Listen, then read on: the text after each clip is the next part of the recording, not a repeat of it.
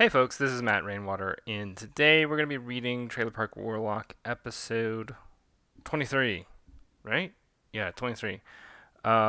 This is the beginning of our major arc for season 2. And you'll notice there's some UFOs in the sky right here in this scene. Uh, this is the first episode. I I'm about to say this is the first episode of season 2. It's not really, but for me, in my production on season 2, this feels like it's the first episode of season 2. For one, the art is improved, especially from like the last 2 episodes. Like I feel like the art was fine, but in the set episodes, but I feel like this is better. And it's really obvious to me that I've kind of honed in a couple of things and started figuring out drawing digitally. This season was the season where I like everything's drawn digitally now. First season, everything was drawn. What's the word? Pencil and brush. Like analog style.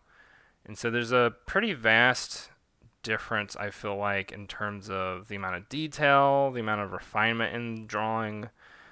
It's just drawing digitally. It became easier to refine what I was doing, and I could go back and fix some things. Um, so yeah. Anyway, let's get started, and we open on this scene. Big pan down, and Bev starts talking to Darla. We haven't all hung out since we put the moon back together. I suppose so. By the way, Darla's kind of looking at Nate here, who's looking at these UFOs. By the way, did you tell Jake about us? Darla? I'm sorry, Bev. Something caught my eye. What was that? Does Jake know we're seeing each other? Oh, no. Not yet. It's none of his business. Well, I don't want to shock him if I start getting handsy with his ex. Where's the fun in that? So this is sort of so we introduce Darla and Bev's relationship in this episode. Something that was a little bit controversial with some readers, but oh well, they can deal with it. He can handle a couple surprises. Hope you're ready to get nasty, Jake, because we brought liquor. Jake's not there. Looks like we'll have the place to ourselves for a bit, Bev. I'm seeing fire out yonder. Maybe we should check. I was just looking at something. I feel like the way her hat passes this, I don't think this actually makes sense, the way her hat passes behind the door frame. I think it should actually be in front of. I don't know. I'm kind of, yeah, it just looks odd. It has like an MC Escher quality to it. Anyway, if you insist. Why are you always trying to be sweet on Jake? You mean, why do I have basic respect for other people's property? Well, if you're going to put it that way. So now we cut to Jake. We got some owls in these trees here.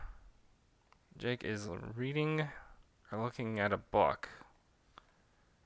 Call upon the spirit of fire. Under this moon, release me of maleficence. I give unto you, spirit of fire, my blighted possession, to do with as you will. Jake's tearing up here because he's going to have to get rid of his favorite. I'm trying to remember what the name of the team is. The Colorado Rock Slides. His favorite Rock Slides hat. Jake and the Cursed Cap. And Jake's just watching his cap burn. Gonna miss that hat. Jake? You alright back here? You about to roast weenies or something? Nah, I was just releasing a hex. Somebody hexed you again? Yeah. I figured whoever blew up my TV would have been settled already. So this is a callback to the baseball episode. Jake not realizing the full extent of it, he's assuming that the person who put a hex on him. Well, I guess not. Yeah, he's kind of. I think he's assuming the person who put a hex on him was the wizard he was in a, or magician or whatever, who he was in a duel with during that baseball game. Rascals fans, y'all. What can I say? Jake, is your campfire supposed to do that? Hmm? Oh, and to further explain my point, it's the umpire who hexed him. It wasn't the person he was dueling with. So anyway, back to the story. Bro! Ah, damn. Yeah, it looks like there was a sportergeist in my hat. Bro, we doing this thing tonight or what? Rascals are playing in Cincinnati. I got money on this one, my dude. Let's get to the trailer, y'all. Yo, don't ghost me. Just keep going until we get in the trailer. Don't look back at it. I ain't missing this. Yo, what are you?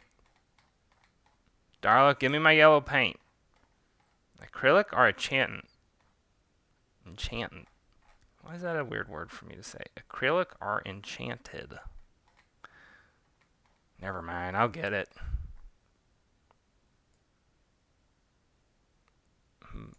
A little call out to Bob Ross. One of my favorites. Alright.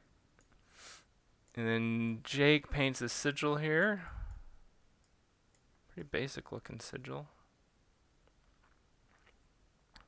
Bob Ross style. Happy little sigils. Sorry about that. I think we're safe now.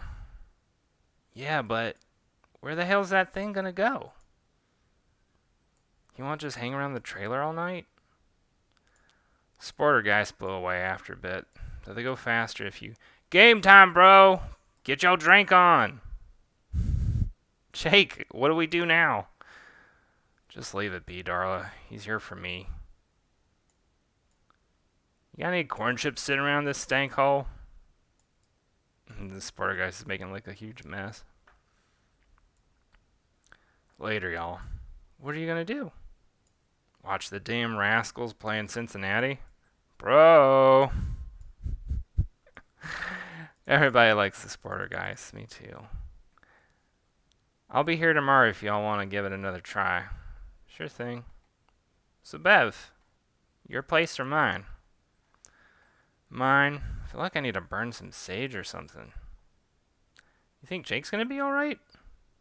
Jake will be fine. Besides, I left him bourbon.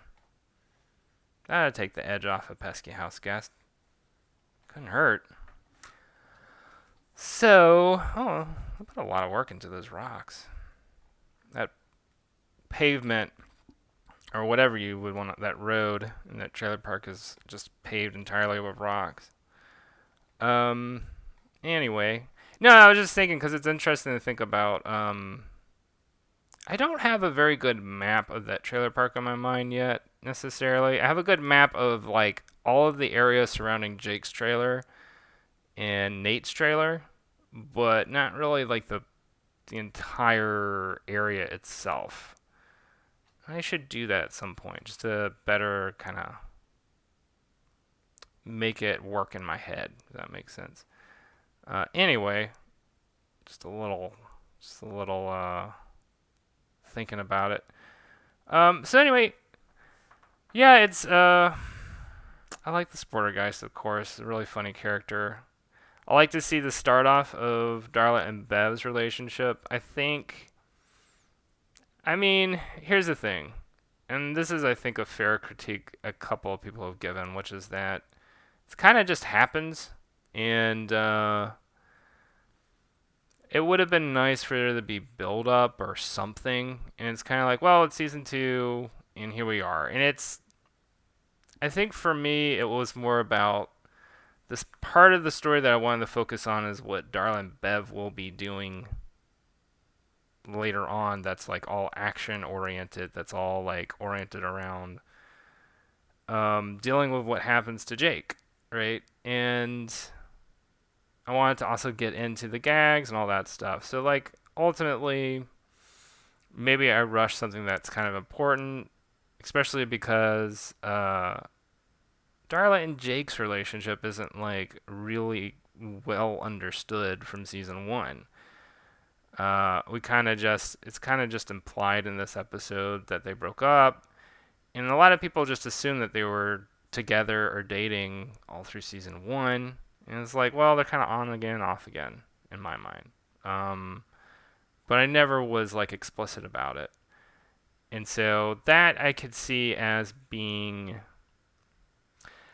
you know, maybe a little bit of lazy storytelling on my part, and I'd understand if people thought that that was lazy. Um, I think that that was stuff that I wanted to be in the background, and readers could draw their own conclusions, basically. I probably do that a little too much, though, to be quite honest. Definitely during season two, I did that a little bit too much. In season three, I've tried harder to make sure that wasn't an issue. In going forward into season four and season five, I'm definitely working towards being more explicit in the way that I portray all these things and not just leave it to the reader to kind of like figure out what's going on. Um, and I think that'll be really rewarding in season four because season four, I want to. I guess I'm talking about this right now. I mean, if you're. I'm assuming for those of y'all who are watching this, most of y'all are already caught up with the story so far. But in season three, point being, in season four, I do want to cover some stuff regarding Jake and Darla. And that's kind of where, right now, as I'm thinking about how I'm going to write season four, because I'm going to get started on it in about a month. Or less than a month, actually, about 3 weeks. Anyway, just a little bit of tidbits right now. So, if you're don't follow me on social media, you can. On Twitter, it's at Matt J. Rainwater. On Instagram, at Matthew Rainwater. And on Patreon, it's patreon.com/Matt J. Rainwater. Hope y'all are having a good day, and I will talk to y'all again soon. Until then, have a good one. Bye.